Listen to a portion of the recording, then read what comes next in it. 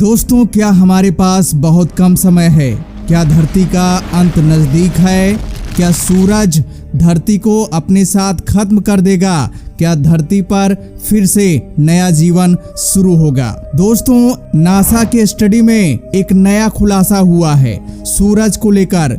सूरज अपने peak position पर पहुंच चुका है। धीरे धीरे उसका खात्मा शुरू हो गया है। उसके खात्मे के साथ सीधा लिंक धरती से जुड़ा हुआ है।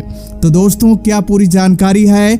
वैज्ञानिकों ने क्या चेतावनी दी है? सारी जानकारी आप लोगों को इस वीडियो के माध्यम से मिलने वाली है। वीडियो काफी इंटरेस्टिंग बनने वाली है। तो दोस्तों, वीडियो को स्टार्टिंग से लास्ट तक जरूर देखिएगा। और दोस्तों, अगर आप लोग चैनल पर हैं, चैनल को सब्सक्राइब कर लीजिए, वीडियो को लाइक कर दीजिए और दोस्तों कमेंट्स बॉक्स में जय हिंद लिखना मत भूलिएगा। धरती पर खतरा मंडरा रहा है। हम इंसानों पर आए दिन मुसीबत छाई हुई है। कभी एस्टेरॉयड आते हैं, कभी सुनामी आती है, नए खुलासे होते हैं। जी हाँ दोस्तों, हम पूरी तरह से डरे हुए हैं। और आज से 6.5 करोड़ साल पहले ऐसा ही हुआ था। धरती पर एक बहुत बड़ा एस्टेरॉयड आकर गिरा था।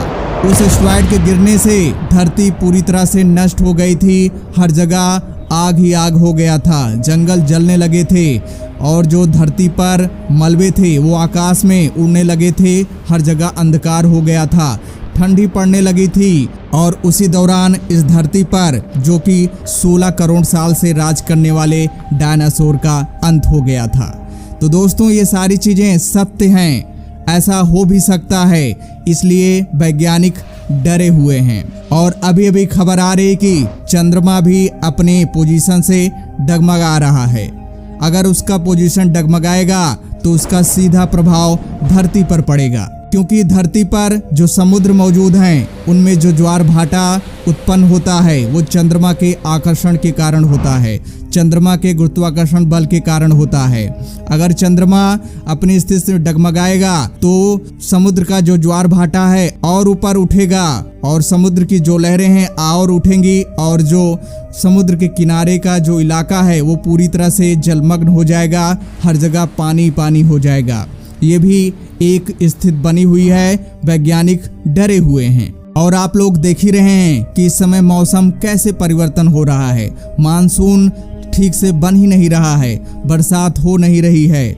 ये सारी चीजें आपके आंख के सामने हैं। धीरे धीरे हम सबको आभास भी हो रहा है। दोस्तों, धरती के उत्तरी और दक्षिणी ध्रुवों के आसमान में एक रंगीन रोशनी अक्सर दिखाई देती है, जिसे कहा जाता है अरोरा। ये अरोरा तब बनते हैं जब सूरज से आने वाली चार्ज पार्टिकल्स की हवाएं धरती के चुंबकीय क्षेत्र से टकराती हैं। सूरज से आ रहा रेडिएशन इंसानों और जीवन के लिए नुकसानदायक हो सकता है। ऐसे में चुंबकीय क्षेत्र धरती के सुरक्षा कवच के तौर पर काम करता है।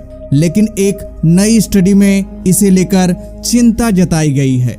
स्टडी के मुताबिक समय के साथ चुंबकीय क्षेत्र कमजोर होता जाएगा और सूरज से आ रहा तूफान और भी ज्यादा शक्तिशाली हो जाएगा। इसका असर धरती पर मौजूद जीवन पर भी पड़ेगा। और आपको बता दें, एक स्टडी में एस्ट्रोनॉमर्स ने इन हवाओं की तीव्रता को कैलकुलेट किया है। इसमें देखा गया है कि आने वाले 5 अरब साल में इनका क्या होगा। तब तक सूरज का हाइड्रोजन ईंधन खत्म होने लगेगा और ये एक विशाल लाल तारा बनने लगेगा। इससे निकलने वाली हवाएं धरती के चुंबकीय क्षेत्र को खत्म करने लगेंगी और वायुमंडल स्पेस में खोने लगेगा। अगर तब तक जीवन धरती पर बचा रहा होगा तो वहां से धीरे धीरे उसका खात्मा शुरू होने लगेगा। और एक स्टडी में पता चला है कि ऐसा हो चुका है।